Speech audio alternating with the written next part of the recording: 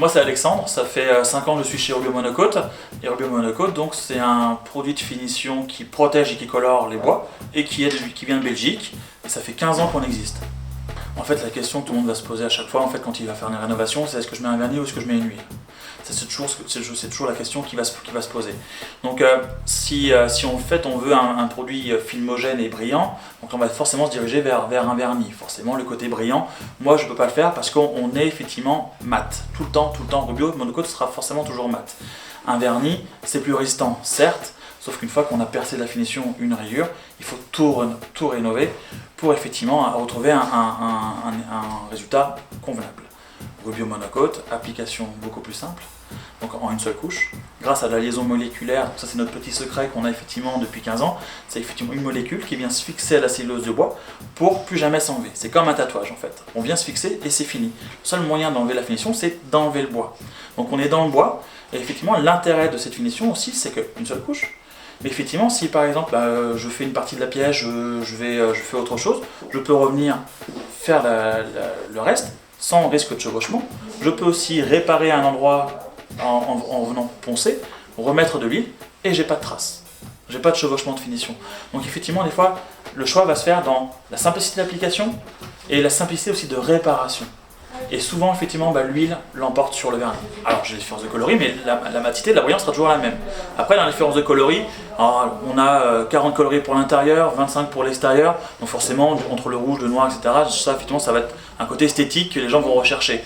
Mais les deux choses, en fait, qui sont souvent recherchées, qu'on observe en intérieur, c'est soit une huile normale, en fait, qu'on appelle nous pur, transparent, qui va faire un effet jaunissant, miel, ou alors, en fait, on va plutôt conserver l'aspect du bois brut. Donc sur les bois blancs, ça va être le white 5% soupçon blanc qui va conserver l'aspect du bois blanc, et sur le chêne, châtaignier, hêtre, le smoke 5% qui va conserver l'aspect du bois brut en fait. Donc est-ce que vous voulez plutôt un effet jaunissant qui fasse ressortir le veinage, ou alors un effet plutôt bois brut? Donc là on va vous orienter sur l'une ou l'autre des couleurs. En fait la mise en œuvre de Rubio, il y a deux règles à respecter. En fait c'est très simple en fait. On a vraiment je pense simplifié l'application des produits de finition sur les bois. Mais par contre, il faut absolument respecter ces règles-là qui sont vraiment juste uniques. Voilà. Et qu'est-ce qui est unique? C'est de ne mettre qu'une seule couche d'huile sur le bois. De ne jamais en mettre deux, ça ne sert à rien parce qu'en fait, en une seule couche, on est venu en fait protéger le bois grâce à notre liaison moléculaire. Donc on n'en met qu'une seule. On ne peut pas venir en mettre une seconde pour reteinter. D'accord? Donc ça, c'est la première règle. La seconde règle, en fait, c'est de tirer l'huile parce qu'avec 1 litre d'huile, on va faire à peu près 40 mètres carrés. Et en fait, la deuxième règle, c'est d'essuyer cet excédent. Un peu comme le cirage sur les chaussures. Quand on va parler de préparation, là on va parler du ponçage effectivement. Donc une bonne préparation du support égale une bonne finition. Une mauvaise préparation, mauvaise finition en fait. Ça va avec. Pour une bonne préparation du support, c'est une montée en grains progressive. Donc 40, 60, 80, 120. Donc jamais sauter des grains très forts. Et l'autre règle effectivement avec ces grains-là, vous pouvez commencer avec des grains 80, 120 en fonction de l'origine de votre bois. Est-ce qu'il est neuf ou est-ce qu'il est ancien?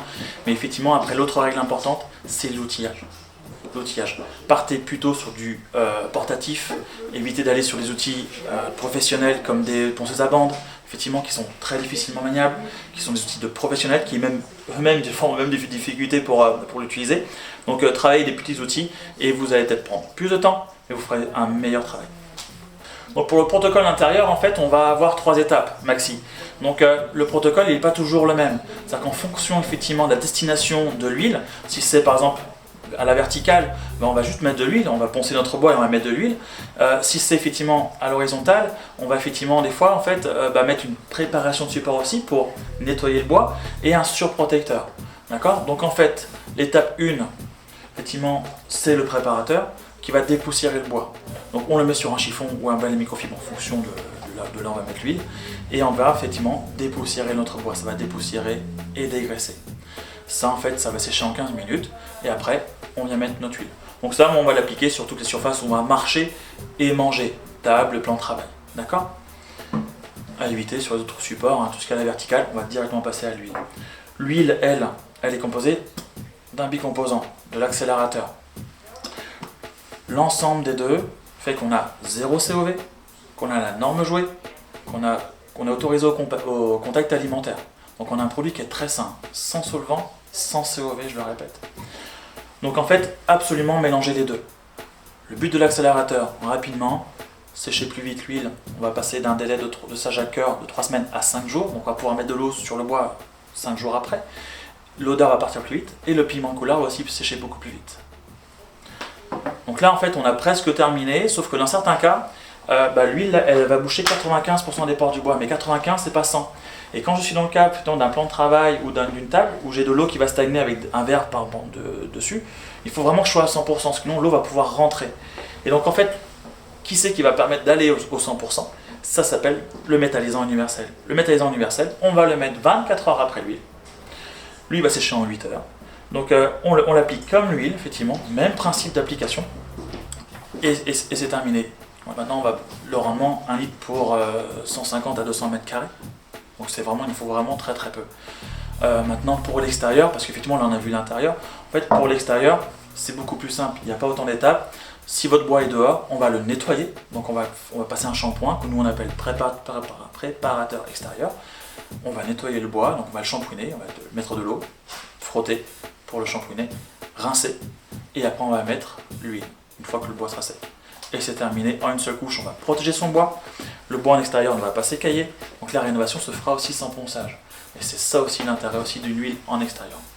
Il y a une grosse précaution à prendre. Alors là on les a vu tout à l'heure, les règles d'application, bien évidemment, une couche et essuyer, ça c'est les règles d'application, mais la grosse règle à ne surtout pas oublier, ça va être l'autocombustion, de prendre en considération que dans nos huiles, il y a de l'huile de lin. L'huile de lin elle a une propriété naturelle en fait qui est une autocombustion, c'est-à-dire qu'elle va monter en température toute seule. Alors ça ne craint rien sur vos bois, ça ne craint rien dans les bidons. Par contre, effectivement, une fois libéré dans les chiffons et dans les éponges que vous allez utiliser, en fait, l'huile va monter jusqu'à 70 degrés. Donc si vous les mettez dans des poubelles, ça va effectivement monter en température et le risque d'incendie. À chaque fois, vous les humidifiez. Et le lendemain, on s'en débarrasse dans une poubelle. Bon, en fait, on va aborder rapidement 2 cas spécifiques qui sont effectivement l'une, la consommation, le rendement en extérieur. J'en ai pas parlé parce que le rendement en extérieur est très compliqué. Ça va vraiment dépendre de votre bois. En fait, entre un bois qui va être raboté et un bois qui va être usagé, vous allez avoir effectivement un rendement totalement différent. Sur un bois raboté, on va aller des fois sur un litre pour 40 mètres carrés, effectivement. Mais sur un bois qui a déjà 2-3 ans en extérieur, qui s'est défibré, en fait, il y a beaucoup plus de surface de bois. Et également, s'il est rainuré, c'est un peu que le principe d'un accordéon en fait. Donc vous avez certes une terrasse qui fait 10 ou 20 mètres carrés, mais en fait en surface de bois, vous n'avez pas 10 mètres carrés, vous allez peut-être mettre 15, voire beaucoup plus. Donc en fait, il faut revoir le rendement en fonction de l'état du bois. Donc ça c'est important à prendre en considération. Et l'autre cas en fait, c'est sur les bois tanniques en fait. Donc aussi bien en extérieur qu'en intérieur, les bois tanniques c'est chêne, châtaignier, risque de remonter de tanin. Donc en extérieur on fait attention, on va peut-être mettre un préventif, donc nous on en a un dans la gamme. On a un préventif qui s'appelle Tanin Primer, qui va être là pour en fait inhiber le tanin temporairement certes, mais au moins on va limiter les sorties de tanin. Donc ça on le met aussi sur plan de travail étable. Et au pire, dans le pire des cas, si une tache de tanin arrive, donc la tache de tanin c'est noir en fait, et bien en fait on a un curatif qui s'appelle Tanin Remover, qu'on vient verser sur la tache et qui va totalement faire disparaître votre tache. Voilà pour les cas spécifiques.